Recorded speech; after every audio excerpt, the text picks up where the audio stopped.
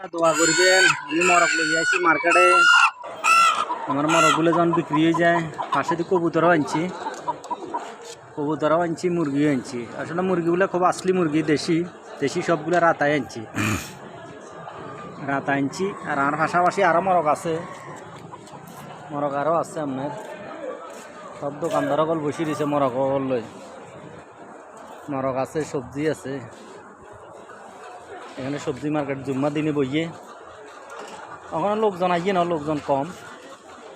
নামাজের টাইম হলে আইব অবশ্য, ওখানে নামাজের টাইম হয় না তো, এই কারণে। সৌদি এরা পাহাড় দেখছেন নি? পাহাড়ের অভাব নাই, সিবাই সাবাই। আমরা পাহাড়ের একটা দ্বীপের ভিতরে আছি, এটা আর কি।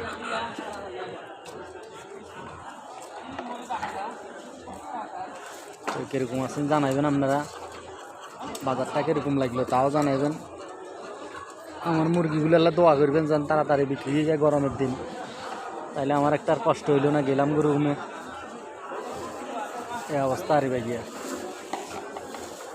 ছোট একটা শহর আছে আমার লগে দিয়ে, বেশি দূরে না, হালকা দূরে। সৌদির বুঝিয়ে ইয়ে দেখছেন নি? একবার গরিব মানুষ,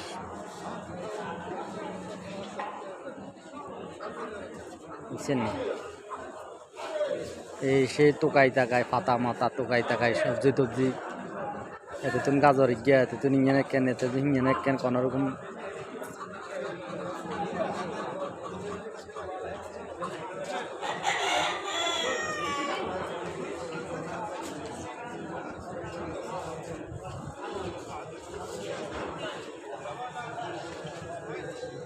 চলের।